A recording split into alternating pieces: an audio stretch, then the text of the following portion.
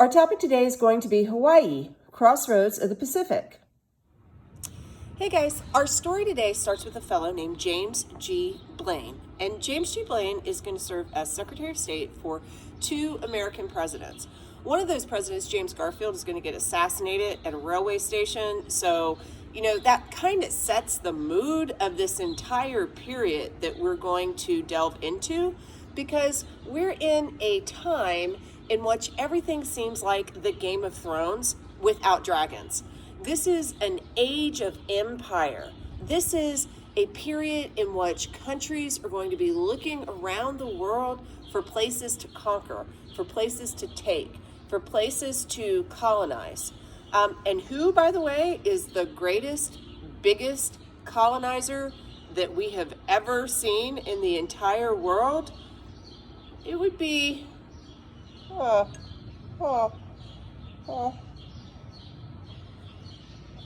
U.S. mother country, the United Kingdom. So Britain will now have an empire so large that the sun never sets on it. This is the Victorian age. And we, with our little baby selves, are going to be walking onto this stage, and James G. Blaine is going to be thinking, you know what? I am going to expand the United States empire. I am going to make us a larger imperial power. And he identifies 3 places on the chessboard that he thinks he can take over. They are Puerto Rico, Cuba, and Hawaii. So let's think about Hawaii for a second. This is the crossroads of the Pacific. This is one of the most beautiful places on the planet. This is an area that has been actually occupied for thousands of years. So it is not empty, but it is not controlled by a large power. So the British first discover the Hawaiian Islands in the late 1700s. That's because they have an explorer named James Cook. And James Cook will map where the islands are, because he's also a cartographer, and thereby a whole bunch of other people will follow in his wake. We are in a U.S. history class, so we care about American missionaries who start looking at Hawaii as a good place to go because they want to proselytize to the locals. What does that mean? Well, they want to convert the locals from their polytheistic religion to Christianity. So they get in their boats and they go and they see this place, and then they're like, oh my goodness, I can either get back on the boat and be super seasick as I travel a few thousand miles across the ocean again to the United States after I've passed out some Bibles, or I can stay because this is amazing. And that is what they do. And they get super involved in the local power construct. They are all teachers initially, and they will use the Bible to teach how to read and write the English language. And teachers are very influential, actually. And the missionaries will even have a school which will teach the royal children. So for you to understand the Hawaiian power construct, forever they had various chieftains who kind of controlled different places, and they would fight for power or whatever. And eventually you had an absolute monarch who will unite everything, and he'll kind of take over, and then they'll create a line of succession from him. Which is kind of complicated, and it doesn't really completely matter. One thing that you could know is that by the early 1840s, Hawaii had set itself up as not an absolute monarchy, but a constitutional monarchy with different elements of government that would look very familiar to people in the West. And at that point, it is actually a nation unto itself, establishing trade relations with other peoples, and going and having diplomats and all sorts of things like that. So that's by the 1840s. Now, by then, the missionaries have been there for a little while. You also have other Americans who come to Hawaii for business reasons, because America is a lot about business, and these are people like a guy named Hooper who will go to Kauai, which is one of the islands in the Hawaiian chain, and establish a sugar plantation. Sugar grows really well there, and it's going to be an exceptionally important agricultural product. But it's also going to matter in this story about how the United States and this nation of Hawaii interact, because these sugar plantations are going to be very powerful, along with the missionaries, and some of the missionaries have sugar too. So one thing that you do if you are in Hawaii and you are a missionary or a sugar guy is you have children, and your families start to grow, and they are Hawaiian, kinda. They are also really expats. And what is an expat? An expat is a person who is living in one place. They're they've expatriated themselves, but they are really identified with another place, their country of origin, and that's where they have their citizenship. So these guys are Americans who are living in Hawaii. It's very simple. I lived in the UK for multiple years, and I love England. It's a beautiful, wonderful country with amazing, funny people, and they have sticky toffee pudding. What isn't there to love? I even like tea, though I do prefer coffee. But while I lived in the UK, I appreciated it. I was never a British person. I am an American. That is how I am. So I never had any desire to become a British citizen. I was an American citizen. So even if I'd had my family there, there would have been an element these people are still Americans, okay? And they're going to use this to their advantage to some extent. Now, we can't, like all of the Americans, they have different motives, they have different things that they do.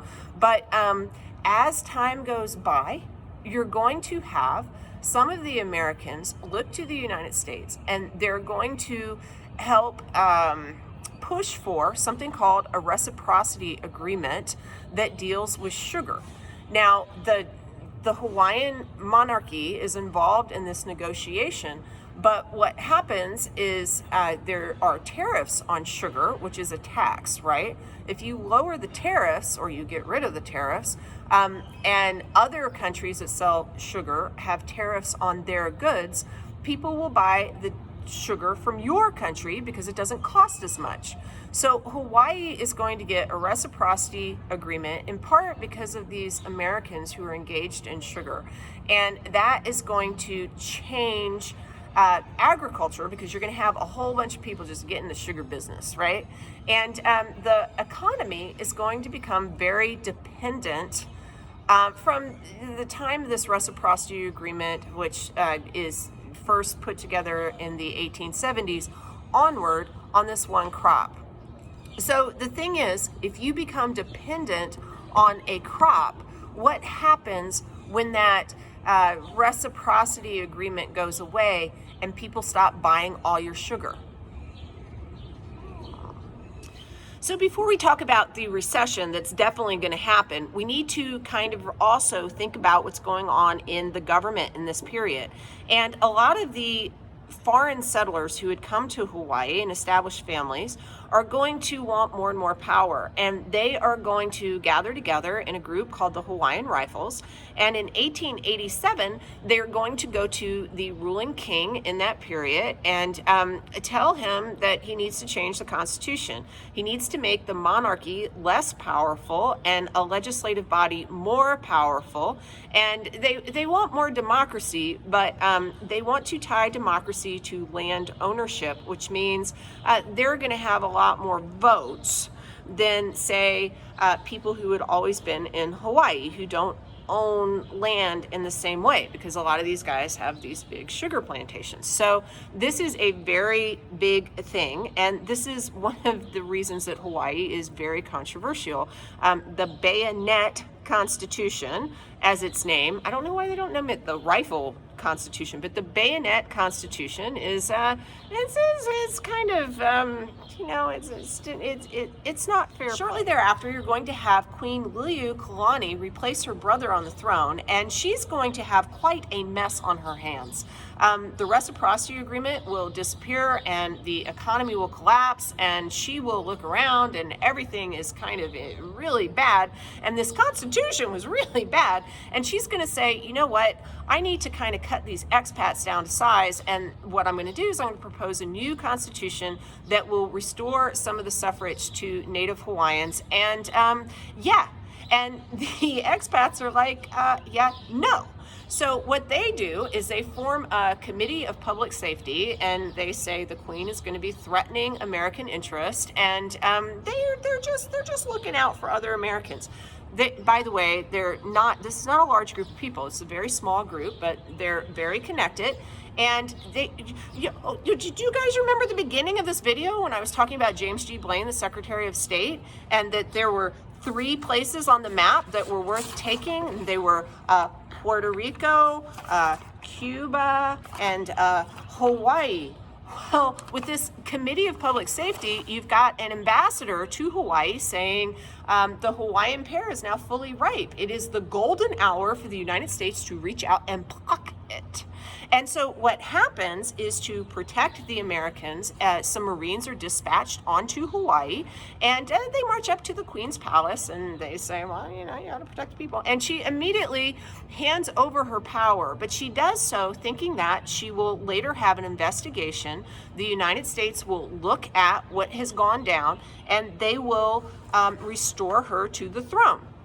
So, interestingly enough, in the United States, we're going to have an election. So we know James G. Blaine wants to reach out and annex Hawaii, and under President Benjamin Harrison, that is what it looks like. It seems like that's going to happen. But Harrison is replaced by a fellow named Grover Cleveland, and Grover Cleveland is an anti-imperialist. He doesn't like imperialism, and he actually does have an investigation to what went down in Hawaii, and he's going to say, expats, no. They have set up a provisional government, and he's like, give that lady back her throne. And what do they say? No.